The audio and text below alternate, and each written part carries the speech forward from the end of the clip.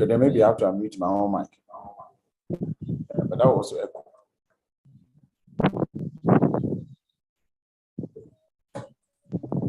All right. Today we're having a bit of a challenge, so we just use the internal mic. I hope you can hear me now. It means that those on Zoom only will hear us. Okay, good. All right then. Sorry, we've had a bit of a challenge. We've already spent about 15 minutes of your time. We'll make up. So those on social media, sorry, we're having a challenge connecting. I don't know what is happening, but the guys are still working on it. I hope we can get to you. So last week,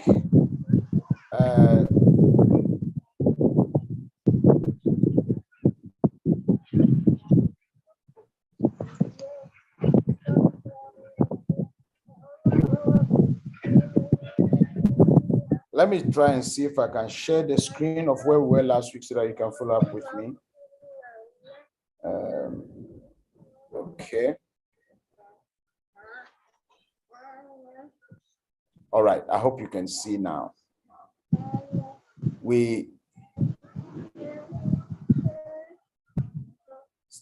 Let me just give you a quick summary of what we looked at last week for the sake of those who are now joining us.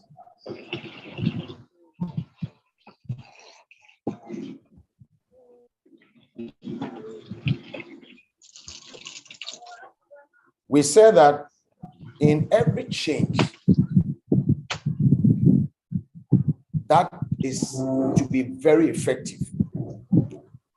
It looks like today our place is hot. The air conditions are out of working. So a few things, but just manage it with us today. All these things will sort it out soon. All right, so we said that change management, for that matter, is about helping people at the heart level, not just at the head level, to adjust to the future they are being asked to embrace,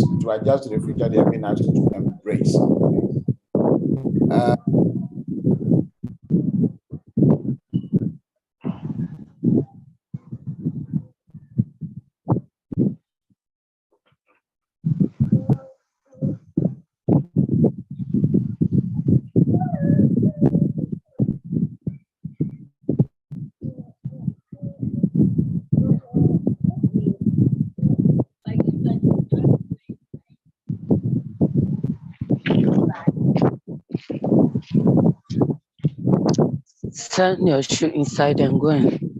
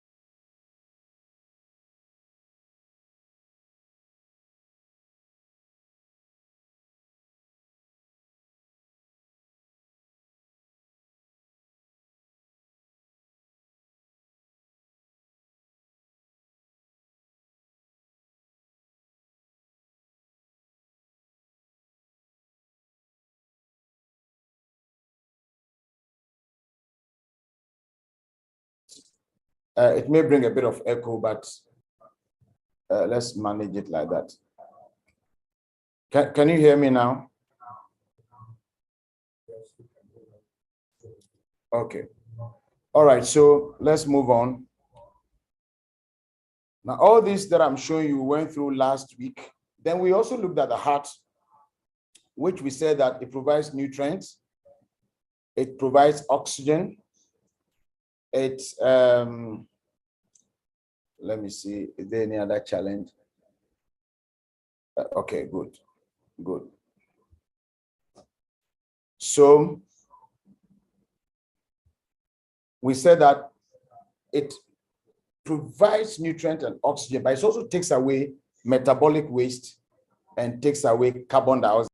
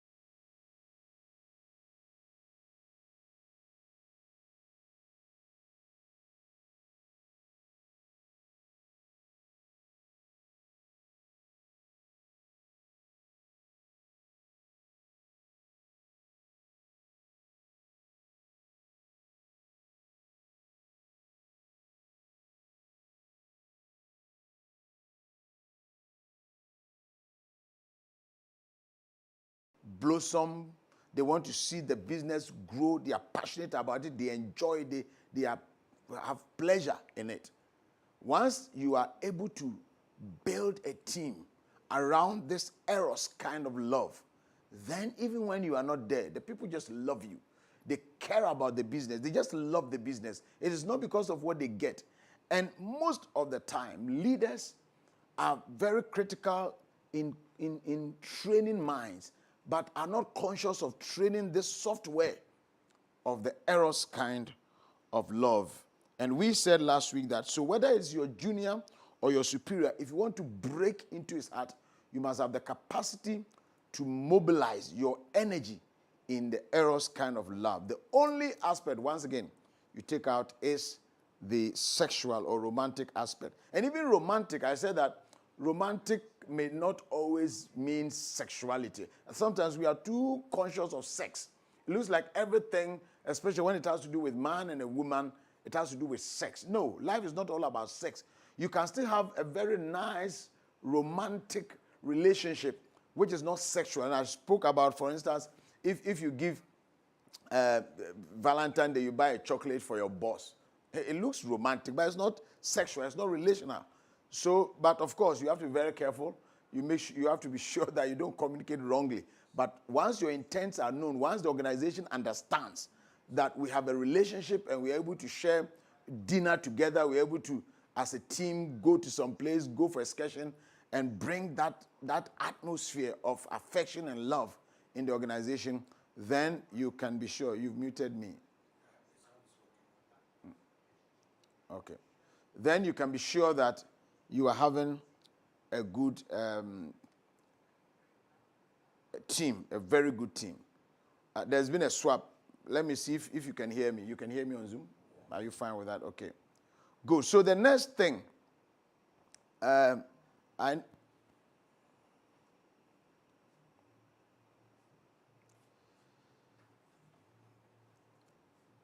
next thing,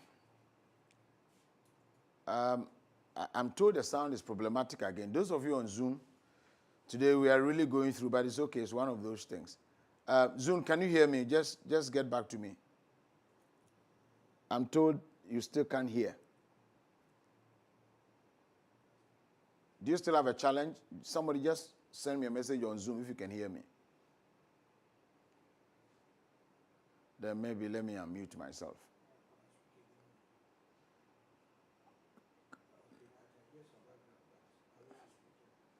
You can't hear me.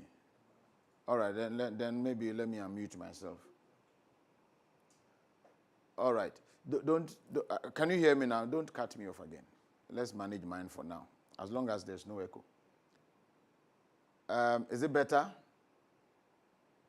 Let's see. Okay, good. All right, so now, apart from the eros, now, if you are still not clear with the eros, when I finish, I'll give you room to ask the question that you have to ask. All right. So the next type of love, which must be in every organization that wants to have a meaningful team, an organization that wants to ensure that when the leader is not there, the organization will still survive for generations. You need to also bring in the filial kind of love. Remember we've said that there should be the eros, that which is passionate, that which is pleasurable, that which is romantic. But as Christians, you need to take out the sexual element of that. Then we come to the filial kind of love. Normally we preach this in terms of church, in terms of our Christian life. But these are principles, though they are Bible-based, but they are business principles. They are corporate governance principles. They are governance. If you're a political party, and you cannot build the erotic or the eros kind of love in your citizenry, you can build them a tower to supply milk. They will still reject you.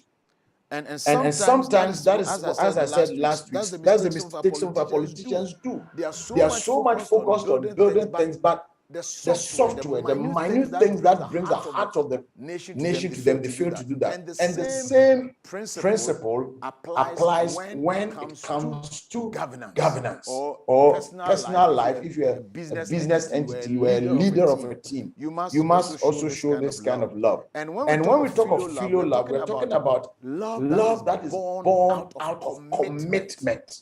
Love that is born out of commitment. So you need to ask yourself, are my team members committed?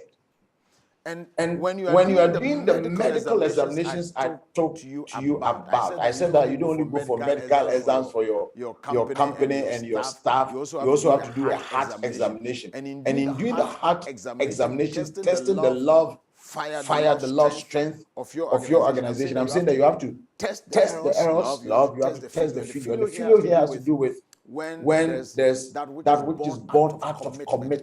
Are your people really committed to the job? You must at every point have that at the back of your mind. This is the kind of love that has to do with family and friends. Are you able to build a family in the organization? Do I see you boss as my father or my mother? Do I see the other person in the team as a brother? Or we are just colleagues, we are just workers. There's no affection, there's no bonding. Now, if you were a leader, don't just train people on the business, on the work. Also train in building friendship. Train in building a family mentality. If you are a pastor, it is not just about signs and wonders and miracles and evangelism and just doing holy and breaking breaking necks and breaking every here and there. No, you must have what it takes to build friendship within your church, within your leadership team. You must build a bond of family, and you must be conscious of that. Just as you treat your kid brother or sister, you must have the grace to do that. So first of all, we're talking about commitment. We are talking about bringing family and friend binding. You know, there is this normal saying in Ghana. It's now become a balance all over the place. People are talking about family and friends government. But which government in this world will bring his enemies? Who will bring people who are not friendly to him? Who will do that? It's just what is wrong is nepotism. What is wrong is favoritism. But if you have a friend, if you have a family who is equally good, why not? After all, Jesus Christ, as we often said, James, his own brother, eventually became one of the pillars, as Paul referred to, of the church. I mean, James was a brother of John, sons of Zebedee. So Jesus brought him John. Bible says is his beloved. So you cannot build a government. You cannot build an organization, a church without building family, building friendship. Apart from your biological family members, what I'm communicating here is that you must be able to build friendship. You must be able to build a kind of a family atmosphere so that everybody covers everybody, and there's that commitment and that trust is there. And then we talk about attachment and peculiar personal affection. You see, every organization must be able to have this. They should have personal touch. Some of us are too conscious of the work, but not the worker. We are too mindful of getting the work done. Even pastors. Sometimes we are so conscious of getting souls, of getting people bringing results, for instance, in our church, operational results. But we do that with no element of personal touch or personal affection. Once you lose that, people do things out of obligation, not out of love, not out of affection. So if you were a leader, you must have the skill to develop this. And these are areas that you have to look at. So still looking at types of love, then we are talking about the next one, which we often talk about, is the agape, what people refer to as the love, God's love. Here we are talking about sacrificial love. That also is a skill we all need to develop. you must have the capacity to so convince your team members that one, if they will sacrifice, the future will be good for them. And sometimes we are unable, managers, business owners, are unable to share the organization with their staff. They are so conscious of their problem, pushing the business, but they are unable to develop a system where the staff or the team members will feel like owners. In other words, for instance, if they were doing well and they were being paid this amount, and by the grace of God or by their hard work and seriousness, the business begins to blossom. You see that most business leaders or political leaders will now begin to buy big living luxurious life. And then they begin to bring such a huge gap between them and the very people who have helped work to that place. Yes, it is your vision. Yes, it is your dream. Yes, you are providing a financial result. But when it happens like that, when you die or when you are not there or when you are not around, the people will not act. And that is why many businesses started very well. But on the demise of the leader, the business collapse. Even churches which are Holy Ghost filled, because pastors are leaders are unable to bring that sacrificial life, that consciousness, that once things get better, it will reflect in the lives of the people. So if you are doing something and you formerly you were only able to buy a small car, and now you are in a position to buy a Pajero or a Land Cruiser, the standard of the members must also reflect. And when businesses are like that, the people are now willing to sacrifice because they know that their boss is saying that when things get better, it will not be for him alone. And any leader who is able to, whether you are a minister or you are a CEO of a company, you are a business owner, once you are able to build that attitude, mindset of ownership, the people know that this is our company, this is our business. Yes, they recognize the boys. When they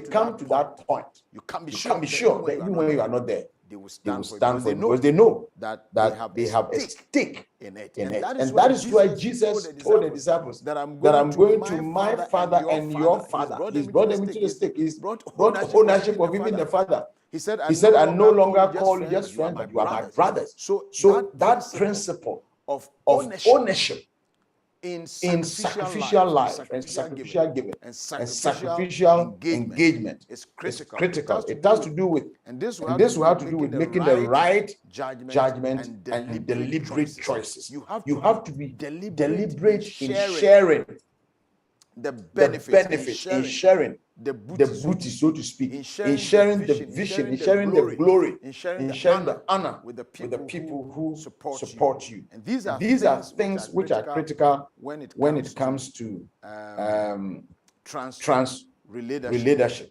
Now, there are four attributes of love that you must learn so that it will help you build on the eros, the phileo, and the agape that I've spoken to you about. Four attributes, four things you must learn to do in engaging these things. First of all, love itself must always protect.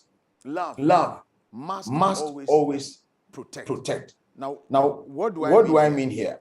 You see, if somebody is working for you, if somebody is serving you, if somebody is a partner, a colleague, you must be able to build in your team a cover my back kind of attitude where everybody is determined to protect each other, not to protect from the wrongdoing, but to protect so that we do not even do wrong in the first case.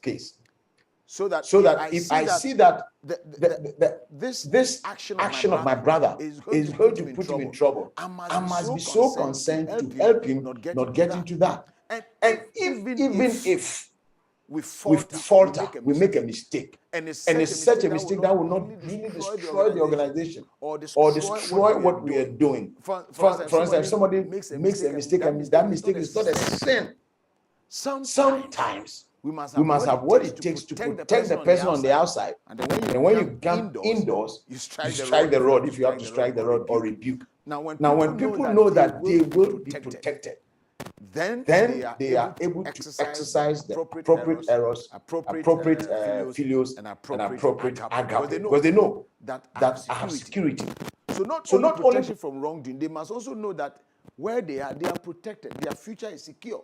They are in a secure church. They are in a secure nation. They are in a secure organization. That is protection. And you, the leader, must be concerned, the translator.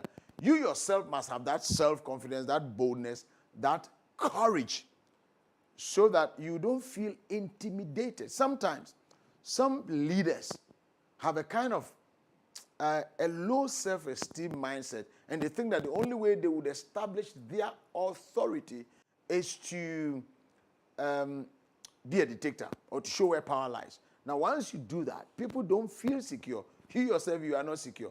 So you must live in a protective banner. You must live in a protective enclave, a strong tower. And then you can instill that level of confidence. Your wife, your husband, your friend, your colleague, your future partner, your business partner must all feel protected. Once people feel protected, they will maintain the organization for you. Bible says love protects. The next thing that has to do is that you must build trust. You must consciously build trust, and you yourself must be a trustworthy person. They must know that this person, when he says it's white, is white. When it's green, is green. And they know that once I do the right thing, my boss will honor me or will say it. When I do the wrong thing, my boss will not destroy me, but he will correct me. You must build that trust. Now, when you are a leader, and in Ghanaian language, there's something we call Oya, Sro, Oya. Everybody's suspicious of the other person. Like there's a kind of a division. Then you are failing. You are failing. Your capacity to build trust in the system is symptomatic of your trans-reladership ability. So don't be in a world of your own when you know that among the team there is no trust. Sometimes we use the communist status of divide and rule so that you can fish out information. I can tell you, once you begin to do that, and people know that, somebody is looking over my shoulder, that is the beginning of the destruction of leadership. You cannot be a translator. So you must do everything to let people have trust. Remember, we have spoken about passion, sacrifice, we are talking about commitment. And these are things that will enable people to do. So even as I speak to you now, right now, just ask yourself, what is the trust level in your church? What is the trust level among your presbytery? What is the trust level among your, the churches, and they are, in Church of Pentecost, we call it presbytery. I don't know what Catholics call them, or the Methodists. I don't know how they describe their team, leadership teams and all those things. Or if you are a political party, as I say, you would have to make sure as a leader there is no suspicion. And that is what you must do. If not, now these things, I'm talking about translatorship. I'm talking about the softwares that will let organizations last. And these are things that sometimes we overlook. As long as they are producing a lot, as long as they are building the number of cars you want, as long as they are producing the number of things you want, you think it's okay. But those things will not let your organization last if you don't work on these softwares. Then you must also give them hope. You must let them know that, wow, it will get better. It is good today, but it will get better. It is bad today, it will get better. It is top-notch today, it can get better. So every translator must have what it takes to give hope. He himself must be a man or a woman of hope, and then must have the zeal, the skill, the capacity to instill hope. When hopelessness begin to drop into the hearts of people, that will be the beginning of their death. Bible even says that hope deferred brings heartache. So when there is no hope, people begin to develop heartache and they begin to leave the organization. Build hope. Let them be people of hope. When hopes are dying, go back, reflect as a translator, and tell yourself, what do I do to bring up hope in the system? All right, and then perseverance. Perseverance. Love protects. Love trust. Love hopes. Love perseveres. You, the translator, must have a perseverance spirit. Sometimes you may have some members on the team who are so stubborn, but they are good. Some too may not be too good, but they are so cool, they are so nice. Now, everybody may have their weakness and strength. Now, you must have the tenacity of fortitude and the capacity to persevere in developing talent and skills. You don't just give up easily. I'm one of the people who don't give up easily at all, unless I say I don't want to do it.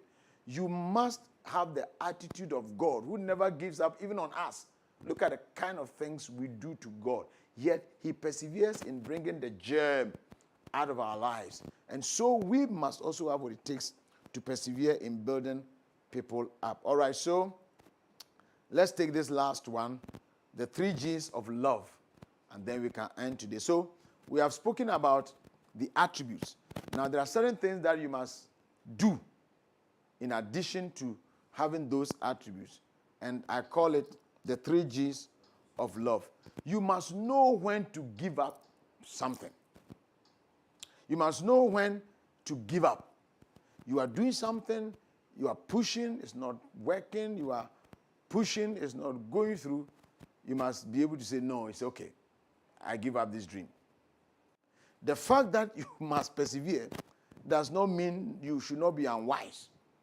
You must have the antenna, the sensitivity to know that this thing has come to an end. Sometimes for visions, some cultures, some practices outlive their usefulness. And then we want to hold on to it. Some production brands may be selling very well at a point, but it begins to lose its value. You must be able to give up that dream and remodify. And that is the next thing, which is giving. You see, there may be new trends.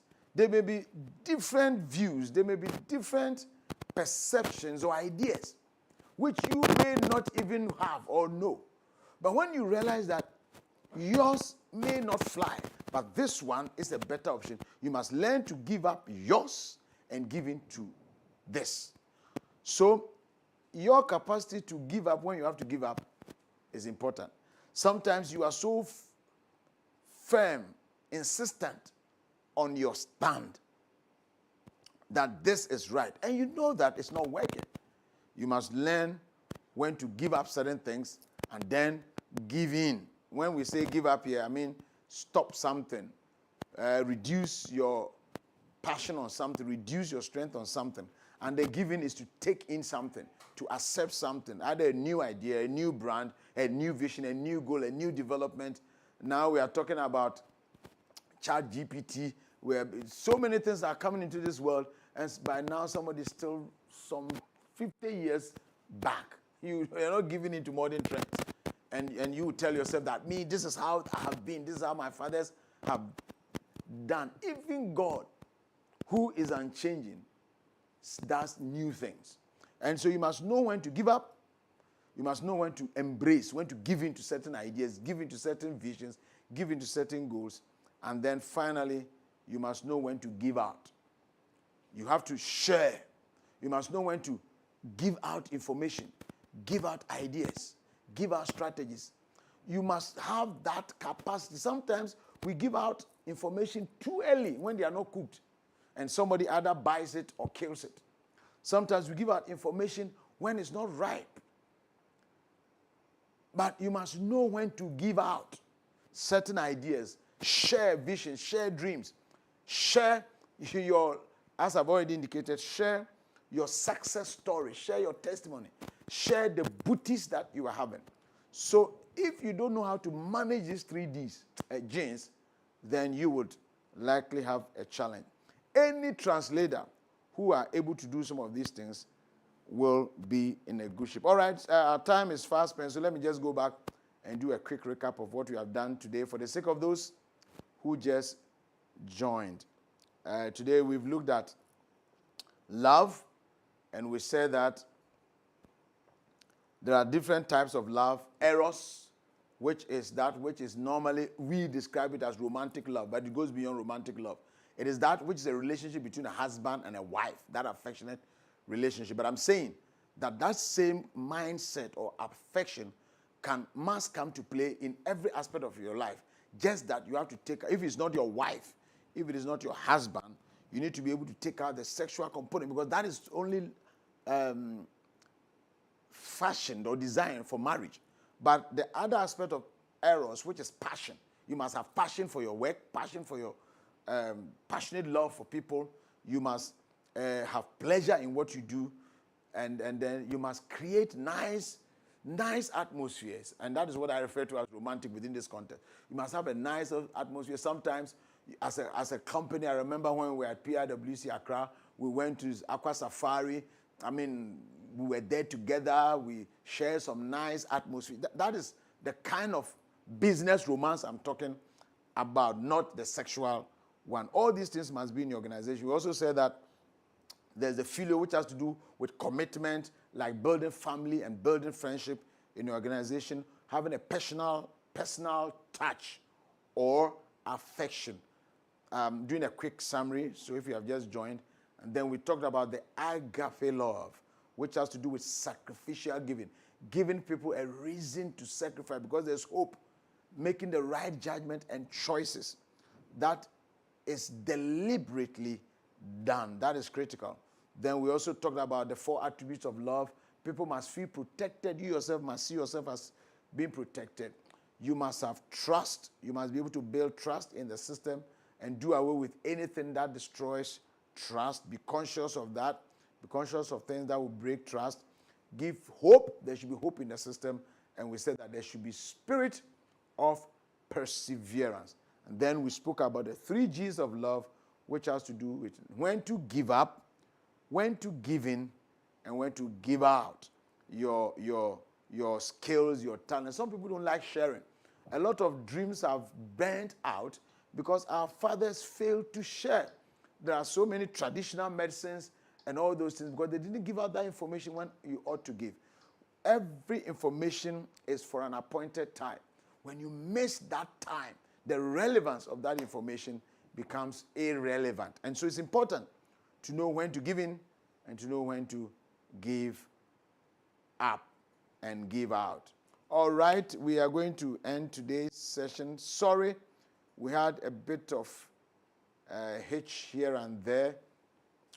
So we are now going to open the floor for if there are any questions, any area you want clarification. I hope you were able to understand some of the things we're trying to share. Any question?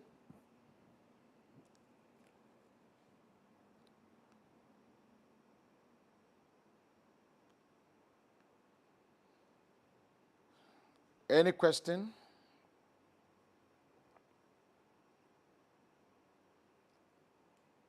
Nobody has a question, or you can't hear me. Or maybe you are muted and you are speaking.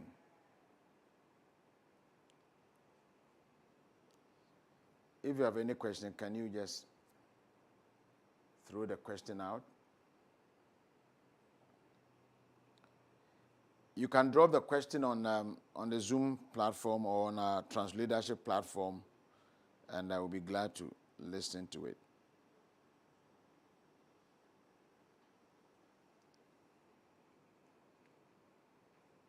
No question today? Or contribution? If you have a contribution, we have said that these things are things that cut across everything, whether it's business, whether it's church, whether it is governance, an institutional framework, a political party, a governance structure. These are principles you need to apply. And if you want to be a great translator, all right, good. I'm happy someone says he understands. I'm told that normally when you ask questions and people don't say anything, it's either they are completely confused or they have understood you. All right. You realize that for some time we have not been doing our assignments and all those things because I can see that the attendance keeps rotating. Can we stabilize a bit? We encourage your friends to come on so that we can do the workshops, because the workshops are also very important for the training. It's not just teaching and question and answer. There's workshop sessions. And those of you who have not registered, you may not have the workbook, but it will be good to register so that you can get the materials and the book. But the workshop sessions is for everybody. So we are hoping that if the Lord permits, maybe next week we can have some workshop sessions from all that we have done. And so try and go over the notes, go over the presentations. I hope that when we are making the delivery, you jot down notes so that you can go over them and then we can have a good thing. All right? If there are no questions, unless somebody has a question, if there are no questions, we would end today's session. May you have the capacity to build a team. Don't just achieve your goals and dreams without personal touch. You will lose it one day. Don't just get results without building a team, a family, a friendship. It won't work. May God give us all the grace so that we will be true friends, we will be true lovers, we will truly love what we do, be passionate about it, and then we can guarantee results. So, Pastor, ask yourself, what is your team presbytery like? What are your pastors like? What is the team like? Business executive, ask yourself, what is the business atmosphere like? Is it one of trust? Whatever you are, as I share these things with you, go back and ask, have you known when to give up, when to give out, and when to give in? Do your people feel protected? Is there trust?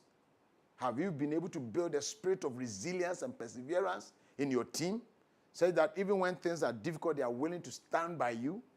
All these are things you need to evaluate from time to time. And ask and evaluate an examination of every member of the team. Every member.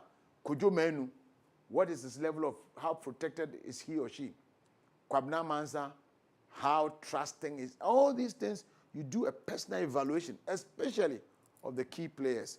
And I believe that God is going to make a way out. God bless you so much for joining us. And please invite your friends. Don't let us just teach these things to a few.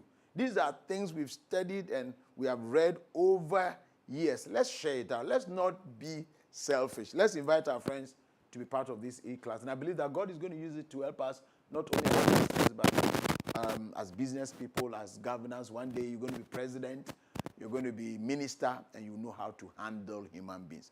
God bless you, and see you again next week. Bye.